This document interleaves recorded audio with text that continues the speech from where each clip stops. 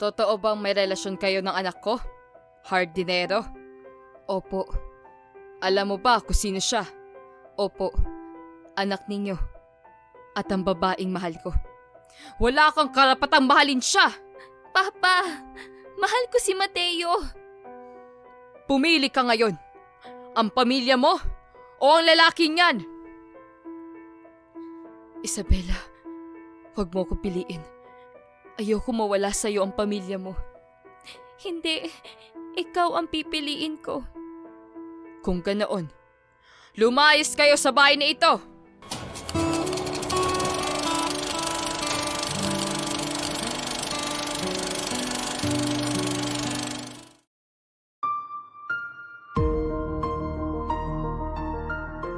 Araw-araw nga ay palaging kasabay ni Mateo sa paggising ang mga ibon. Ang huni kasi ng mga ito ang gumigising sa kanya at nagtatanggal sa pang-araw-araw niyang pagod. Oh, ang aga mo na namang nagising, Mateo. Bati sa kanya ng gwardyang bantay sa gate kung saan siya nagtatrabaho bilang hardinero. Magandang umaga po, Kuya Danny. Marami po kasi akong idadamo ngayon, kaya kailangan kong maagang gumising. Tugon niya. Abay, nag-almusal ka na ba? Halika muna dito at mag-almusal tayong dalawa. Umiling naman si Mateo. Maraming salamat po sa pag-alok, pero nagkape na po kasi ako. Next time na lang po siguro, Kuya Danny. Ah, ganoon ba? O sige, mag-iingat ka sa pagdadamo. Baka mamaya may ahas pa at hindi mo makita. Opo. Ngumiti nga si Mateo bago magtungo sa likod bahay ng mansyon. Kinuha nga niya muna ang gagamitin niya sa pagdadamo bago niya simulan ang kanyang gawain. Sa gitna nga ng kanyang pagtatrabaho, napatigil siya na maramdaman niyang may nakatingin sa kanya. Mabilis siyang napaayos ng tayo na makita ang isang babaeng kanyang hinahangaan. Magandang umaga, Isabela. Nakangiting bati niya rito. Magandang umaga rin, Mateo. Tugon nito. Isa pa sa dahilan ng maaga niyang paggising ay ang babaeng bumihag sa kanyang puso.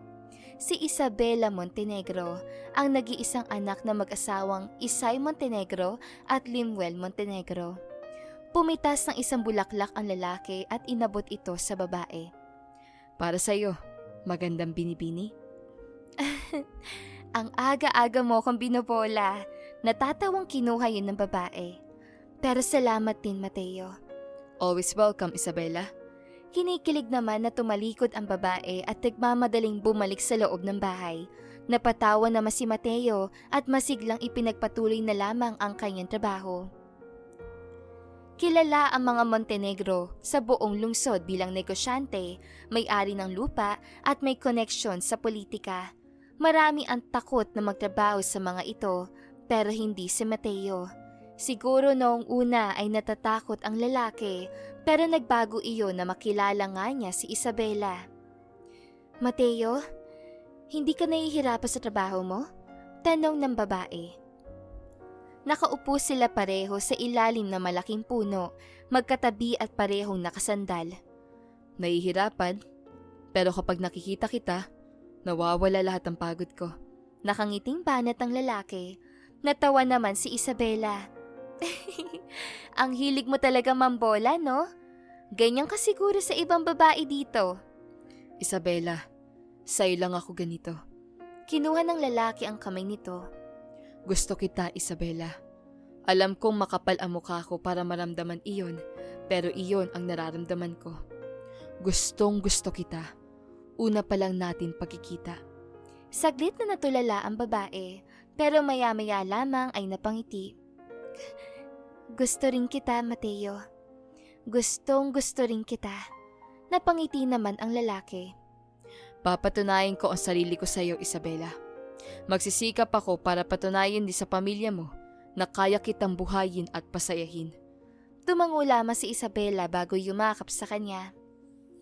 Mas lumalim ang pagtitinginan ng dalawa hanggang sa napunta iyon sa isang masayang relasyon. Hindi iyon pribado, kaya naman maraming nakakasaksi sa kanilang dalawa. Sayang si Ma'am Isabela. Ipinagpalit ang mayamang lalaki para sa isang hardinero lang. Alam kaya ni Don Limuel ang relasyon nila? Siguradong malalagot si Mateo niyan. Hindi mabubuhay ni Mateo yang si Ma'am Isabela. Yan ang mga bulungang madalas marinig ng dalawa galing sa ibang trabahador sa bahay nila Isabela. Noong una ay nasasaktan ang lalaki pero kalaunan ay nasasanay na lang siya. Alam niya kasing hindi pagkompronta ang makakapagpatahimik sa mga ito kundi ang pagpapatunay niya sa sarili niya. Isabela, huwag ka na mag-isip dyan. Hindi ako nasasaktan sa sinasabi nila. Nakangiting sabi ni Mateo sa babae. Mateo, natatakot ako. Paano kung ilayo ako ni Papa sa'yo? Nakangusong tanong ng babae. Handa akong harapin ang papa mo, Isabela. Hindi kita iiwan sa ere. Mahal ko. Napangiti naman si Isabela. Salamat, Mateo. Mahal na mahal rin kita. Mas mahal kita. Maganda kong girlfriend. Sa mga lumipas na araw, mas lalo pang lumalim ang pagmamahala ni na Mateo at Isabela. Hindi na sila gaanong naapektuhan sa mga bulong-bulungan ng mga tao sa hasyenda. Para kay Mateo, sapat na ang makita si Isabela araw-araw. At para naman kay Isabela, sapat na ang presensya ng lalaking kahit simpleng hardinero ay marunong magmahal ng totoo. Madalas silang magkita sa hardin sa likod ng malaking bahay, sa ilalim ng lumang puno ng akasya na siya naging saksi sa kanilang mga lihim na usapan. Isang hapon, habang hinahablo si Mateo ang isang bagong tanim na rosas, lumapit si Isabela. Mateo, mahina nitong tawag. Paglingon ng lalaki, ngumiti siya. Maganda ka na naman ngayon. Napangiti rin si Isabela. Bakit parang araw-araw mo yung sinasabi? Dahil araw-araw kang maganda sa paningin ko. Saglit silang natahimik habang pinagmamasan ang paglubog ng araw. Ngunit hindi nila alam, may mga matang nakamasid sa kanila mula sa bintana ng malaking bahay. At ang mga matang yon ay pagmamay-ari ni Don Limuel. Kinagabihan, tahimik ang buong mansyon. Ang malalaking ilaw sa sala ay nagbibigay ng malamig na liwanag sa marmol ng sahig. Nakaupo si Don Limuel sa malaking silya, hawak ang kanyang matandang tungkod. May kakaibang galit sa kanyang mga mata. Papuntahin ninyo dito ang hardinero. Malamig niyang utos sa katulong. Hindi nagtagal pumasok si Mateo sa sala. Nakatayo siya sa gitna ng napakalawak na silid, tila maliit na maliit sa harap ng kayamanan ng pamilya. Kasunod niyang pumasok si Isabela. Mabuti at dumating ka. Sabi ni Don Limuel habang dahan-dahang tumatayo. Pinagbasdan niya si Mateo mula ulo hanggang paa, parang sinusukat ang halaga ng lalaki. Totoo bang may relasyon kayo ng aking anak? Malamig, mabigat, mapanghusga ang tono. Hindi umatras si Mateo. Opo. Biglang humigpit ang hawak ni Don Limuel sa kanyang tungkod. Kalokohan! Malakas niyang inihampas ang tungkod sa marmol na sahig. Umalingaw-ngaw ang tunog sa buong sala. Alam mo ba kung sinong kaharap mo? Sigaw niya. Opo. At alam mo rin ba ang katayuan mo sa buhay? Bahagyang yumuko si Mateo, ngunit nanatiling matatag ang boses. Opo. Isa po akong hardinero. Eksakto! Napangisi si Don Limuel, ngunit puno iyon ng pangahamak. Alam mo naman pala kung sino ka. Pero bakit lumalapit ka pa sa anak ko? Lumapit siya ng ilang hakbang kay Mateo. Hindi ka nababagay sa kanya. Papa, mahal ko po si Mateo. Biglang sabat ni Isabela habang hinahawakan ang braso ng lalaki. Napalingon sa kanya ang ama. Punyeta! Sa tingin mo ba mapapakain ka ng pagmamahal na yan, Isabela? Alam mo ba ang katayuan niya sa buhay? Hindi umatras si Isabela. Alam ko po. Tapos pipiliin mo pa rin siya? Tumingin si Mateo kay Don Limuel, seryoso ang muka. Don Limuel, hardinero lang nga po ako. Pero kaya ko pong buhayin ng marangal ang anak ninyo. Tahimik ang buong sala habang nagsasalita siya. Kaya ko po siyang pakainin na higit pa sa 3 beses sa isang araw. Hindi man marangya pero hindi ko siya pababayaan. Huminga siya ng malalim. Magsusumikap po ako para umangat kami. Biglang natawa si Don Limuel, isang malamig at mapang-insultong tawa. Manahimik ka!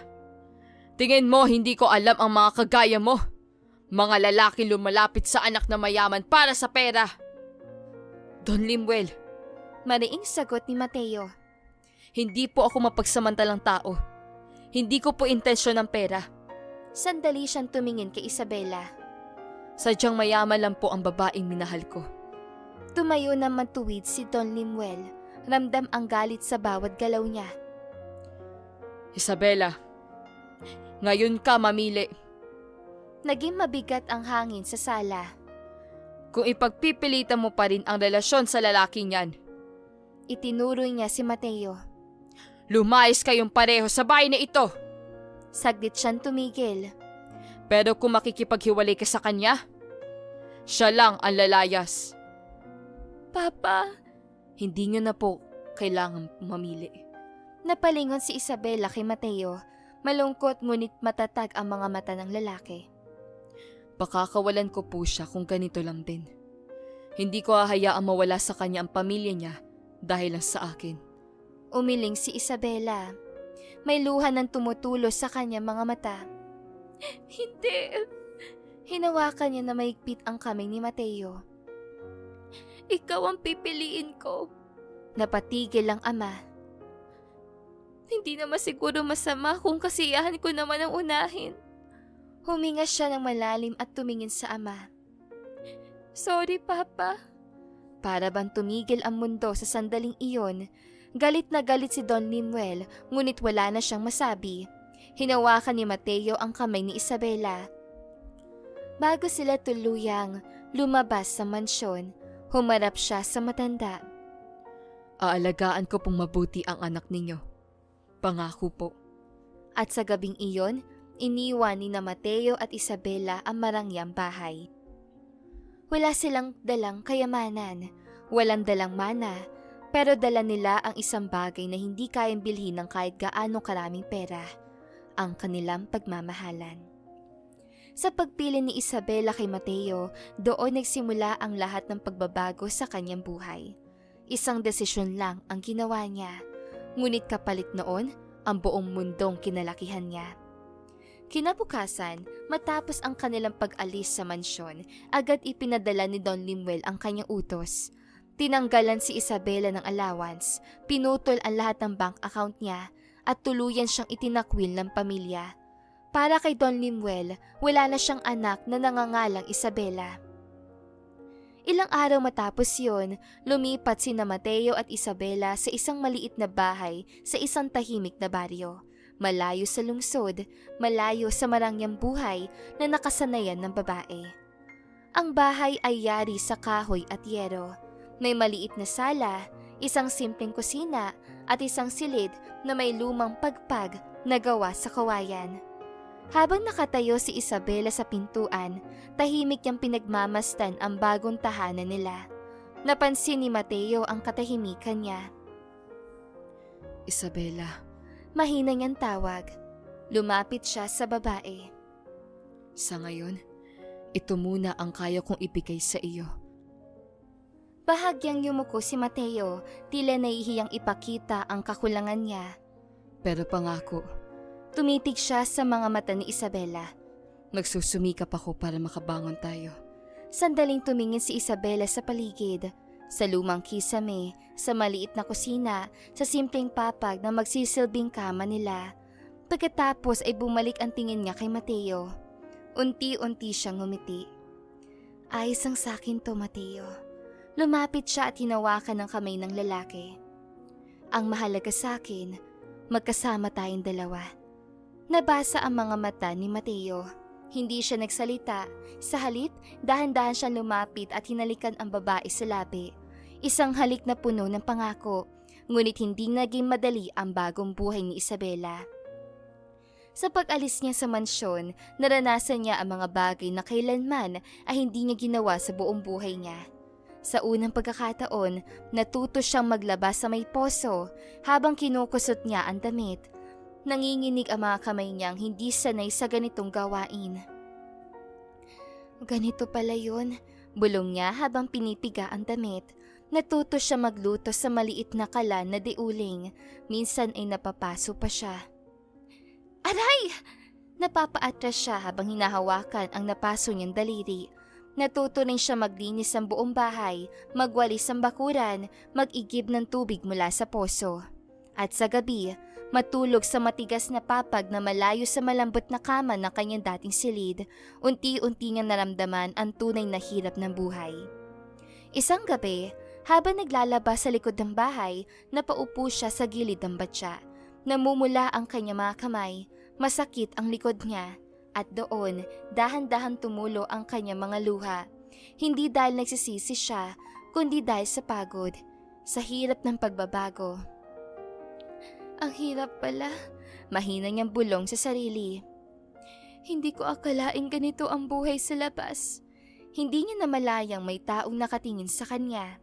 Si Mateo, tahimik itong lumapit at umupo sa tabi niya. Pagod ka na? Agad pinunasan ni Isabela ang kanyang mga luha. Hindi, ayos lang ako. Ngunit alam ni Mateo na nagsisinungaling siya. Hinawakan niya ang kamay ng babae. Napansin niya ang mga gasgas at pamumula nito. Lalong sumikip ang dibdib niya. Pasensya ka na. Mahina niya sabi. Kung dahil sa akin, hindi mo sana kailangan pagdaanan to. Umiling si Isabela. Mateo, huminga siya ng malalim. Hindi ko pinagsisisihan na pinili kita. Nagulat si Mateo. Isabela. Ngumiti ang babae kahit may luha sa mata. Pagod lang ako minsan, pero hindi ako nagsisisi. Lumapit si Mateo at mahigpit siyang niyakap. Kaunting tiis pa, Isabela. Mahina niyang hinalikan ang noo ng babae. Pangako, darating din ang araw na hindi na kita papagurin. Sa ilalim ng malamlam na ilaw ng buwan, mahigpit silang nagyakap. Hindi naging madali ang buhay para sa dalawa. Kung ano-anong sideline ang ginagawa ni Mateo para kumita ng pera. May mga araw nga na kulang ang kita. May mga gabing noodles lang ang hapunan nila o di kaya ay tubig at asin. Higit sa lahat, hindi nawala ang pangungutya sa kanila dahil sa buhay nila ngayon. Sinayang ang buhay na maganda para sa hardinerong walang pangarap sa buhay. Sabi ng isang ginang bago mapailing. Kung nanatili lang siya sa kanila, di sana hindi siya magmukhang losyang. Sabi pa ng isang ginang. Puro pag-ibig ang pinairal, hindi man lang ginamit ang utak. Sabi pa ng isa. Pasok sa kabilang tenga, labas sa kabilang tenga na lang ang ginagawa ng dalawa sa tuwing makakarinig ng mga ganoong bagay. Hindi pumapatol si Mateo dahil gusto niya ang ipanglaban sa mga ito ay ang magiging resulta ng kanyang mga pagsusumikap. Nag-aral siya ng mas malalim pa tungkol sa agrikultura. Namili siya ng mga iba't ibang punla at itinanim yun sa bukid ng kanyang inuupahan. Nagtanim din sila ng mga bulaklak na pwedeng ibenta. Unti-unti ay bumabangon ang dalawa na parehong masaya at puno ng pagmamahalan. Hindi ganoon kabilis pero unti-unting umuunlad ang dalawa at sa kanilang pag-angat, siya namang pagbagsak ng Montenegro. Sa isang maling investment at illegal na trabaho, nawala ang lahat ng parang bula. Ang mansyon ay naibenta, ang mga lupain ay nasangla at ang malinis sa pangalan noon ay nadungisan. Lahat ay naglaho sa isang pitik lamang. Masyado kasi mapagmataas si Don Limuel, ayan tuloy bumagsak. Ang sabi nga nila, dapat marunong makipagkapwa para mas maraming biyaya. Tignan mo nga, pati sariling anak niya nilayasan siya. Iyan ang ilan sa mga usapang naririnig ng matandang lalaki habang nakaupo sa lapag at tulala na lamang sa nangyayari sa kanyang buhay. At sa unang pagkakataon, ang pamilyang dating mapagmataas ay natutong yumuko. Habang lumilipas ang mga taon, mas lalo pang nakilala ang negosyong gulayan at bulaklakan ni Mateo. Ang maliit na pananiman na minsan lamang nilang inuupahan ay unti-unting lumawak. Mula sa iilang tanim na gulay at bulaklak, naging malawak na bukirin ang kanilang negosyo. Marami na ring negosyante ang nakipag-partner sa kanila. Ang mga dating bumibili lamang ng kaunting paninda ay ngayon ay kumukuha na ng maramihan. Ang mga palengke sa karatig bayan ay sa kanila rin kumukuha ng supply. At ang dating simpleng hardinero na si Mateo, ngayon ay isa ng kilalang magsasaka at negosyante sa kanilang lugar. Ang lalaking minsang minamaliit ng iba, ngayon ay tinitingala na. Ngunit kahit umangat ang kanilang buhay, hindi nagbago ang puso ni Mateo. Nanatili siyang simple, nanatili siya mapagkumbaba, at higit sa lahat, nanatili siyang tapat sa babaeng mahal niya. Isang gabi, habang nagbibilang ng kita sa kanilang maliit na opisina sa Bukirin, lumapit si Isabela kay Mateo. May bahid ng pag-aalala sa kanyang muka. Mateo, tumingala ang lalaki. Ano yun? Huminga ng malalim si Isabela bago nagsalita. Nabalitaan ko ang tungkol kay Papa. Tumigil ang kamay ni Mateo. May nagsabi na sa akin na wala na raw siyang bahay. Wala na rin daw siyang kasama. Unti-unting nabasa ang mga mata ng babae. Kahit na itinakwil niya ako. Papa ko pa rin siya. Napahawak siya sa kanyang tiyan. Malaki na ang kanyang sinapupunan. Buntis siya. Hindi ako mapalagay. Lumapit si Mateo at hinawakan ng kamay ng kanyang asawa. Ako na ang bahala. Totoo? Mahina nitong tanong. Tumango si Mateo. Hahanapin ko siya. Hinaplos niya ang tiyan ni Isabela. Hindi ka na dapat ma-stress. Lalo na ngayon. Napangiti si Isabela kahit may luha sa kanyang mga mata. Salamat. Ilang araw ang lumipas. Isang umaga, pumunta si Mateo sa palengke upang tignan ang kanilang mga paninda. Maingay ang paligid, may mga tindero at tindera na sumisigaw ng presyo. May mga mamimiling nagtatawaran. Habang naglalakad si Mateo sa gilid ng palengke, may napansin siyang isang matandang lalaki na nakaupo sa gilid ng kalsada. Payat, matamlay, mahaba at magulo ang balbas at buhok. Wala itong suot na pang itaas at tila nanginginig habang nagmamakaawa sa mga dumadaan. Kahit kaunting barya lang, pambili lang ng pagkain. May mga taong dumadaan. Ang iba ay nagtatapon ng barya, ang iba naman ay deadma lamang. Biglang napahinto si Mateo. Parang may kung anong kumurot sa kanyang dibdib. Dahan-dahan siyang lumapit at na makita na matandang lalaki ang kanyang muka, na laki ang mga mata nito. Mateo. Mahina, nanginginig ang boses ito. Napatigil si Mateo. Hindi siya nagkamali. Ang kaharap niya, ang dating makapangyarihang si Don Limuel Montenegro, ang lalaking minsang nagpalayas sa kanila, ang lalaking minsang nagsabing hindi siya karapat-dapat sa kanyang anak, ngunit ngayon, isa na lamang siyang pulubi sa gilid ng palengke. Don Limuel. Mahina ngunit mahinahong sambit ni Mateo. Napayuko ang matandang lalaki. Halos hindi siya makatingin sa lalaki. Pwede bang humingi ng tulong? Unti-unting pumatak ang kanyang mga luha. Hindi ko alam kung saan ako pupunta. Saglit na natahimik si Mateo. Sa loob ng kanyang isipan, bumalik ang lahat ng alaala. Ang mga panlalait, ang mga pangungutya, ang mga pagbabanta. Ang gabing pinalayo sila sa mansyon. Ngunit imbes na magalit, ibang emosyon ang naramdaman niya.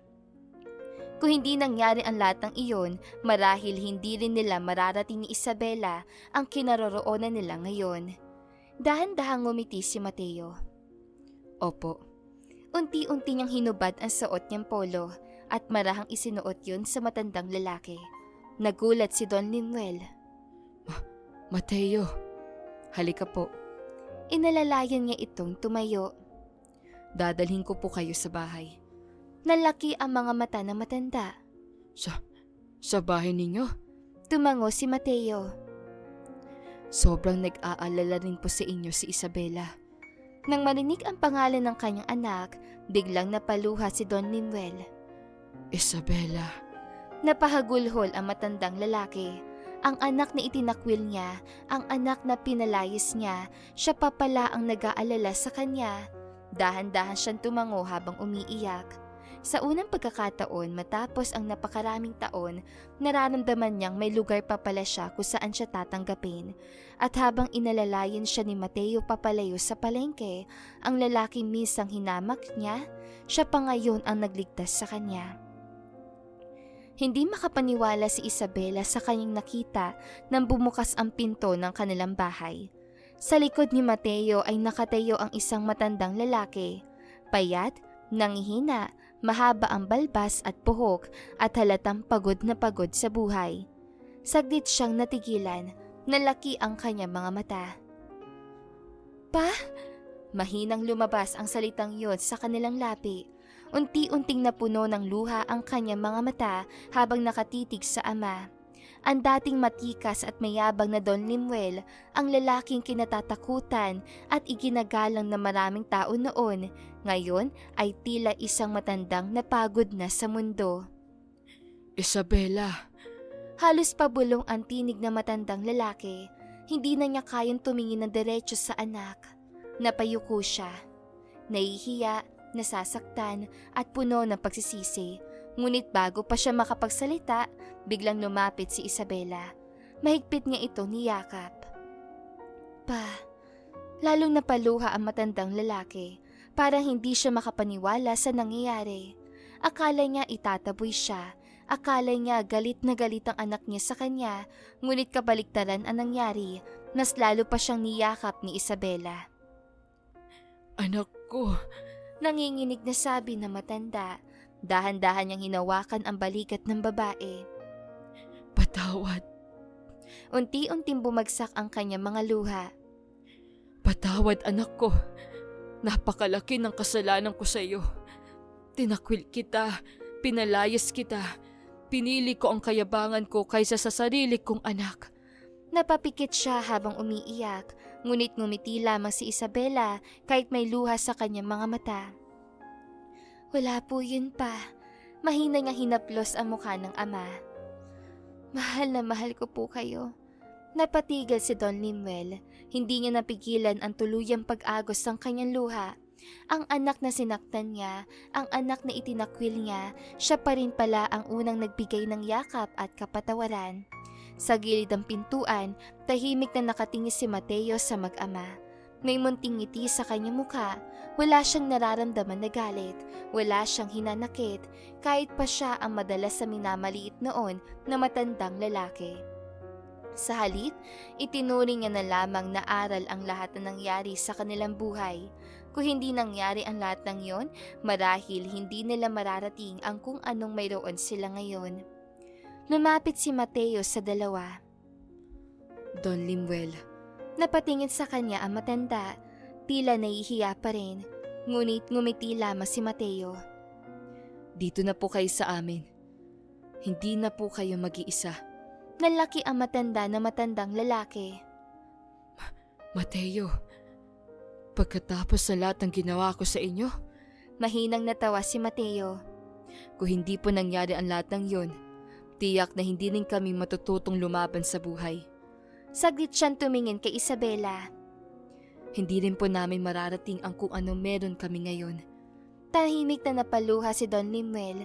Sa unang pagkakataon matapos ang maraming taon, nararamdaman niya ang isang bagay na matagal na niyang nakalimutan. Ang tunay na kahulugan ng pamilya. At sa simpleng bahay na iyon, mas naramdaman niya ang init ng tahanan kaysa sa napakalaki niyang mansyon noon. Tinuruan ni Mateo si Don Limuel na mga gawain sa bukid.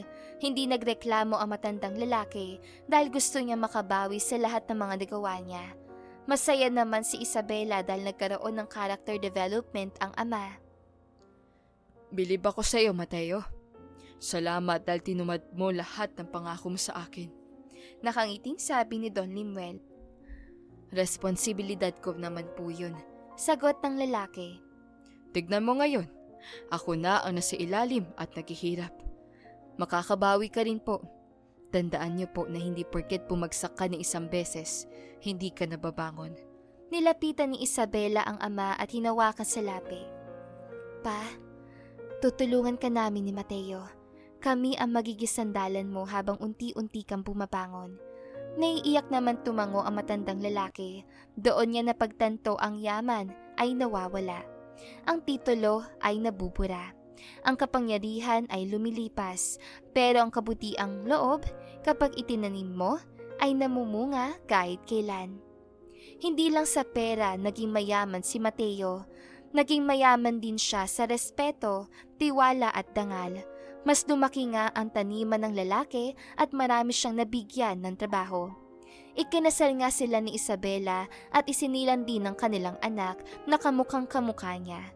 Lahat din ng mga taong hindi naniniwala sa kanya napapayuko na lamang sa tuwing nakakasalubong siya. At ang lalaking kinukutya nga noon ay naging sandigan at naging ugat ng bago simula. At sa bawat halamang itinatanim niya, paulit-ulit niyang ipinapaalala sa mundo, hindi mo kailangan na sa itaas para maging mahalaga. Minsan, sapat nang marunong kang tumubo kahit paulit-ulit kang tinatapakan. At hanggang dito na lang ang magandang istoryang ito.